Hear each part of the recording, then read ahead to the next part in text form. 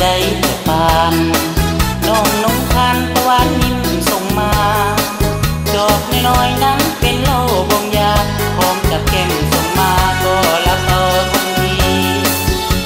ต่อไปจนว่าได้เวลาแล้วต่อมาก็มีเสียงดนตรีพร้อมกับแก้มมีแต่ของดีๆทั้งบัดเข้าเอ็มซีลิ้นให้มาพร้อมกันเสียงเพลงบรรเลงเข้าหู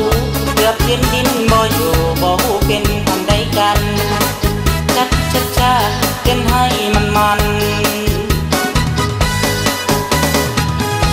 หักอายสุดแขนน้องก็อย่าสาหักอายสุดขาน้องก็อย่าสวาย้ำอายเมาเหล้าน้องก็อย่าใส่ใจเด้อน้องเด้อสั่งสุดใจหาสิ่งใดจะเท่า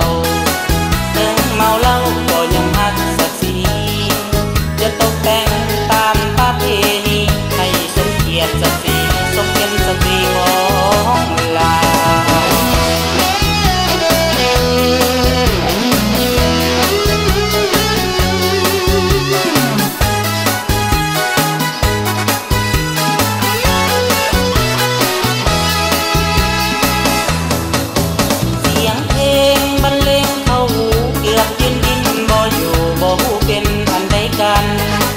ชัดชัดชาเต้นให้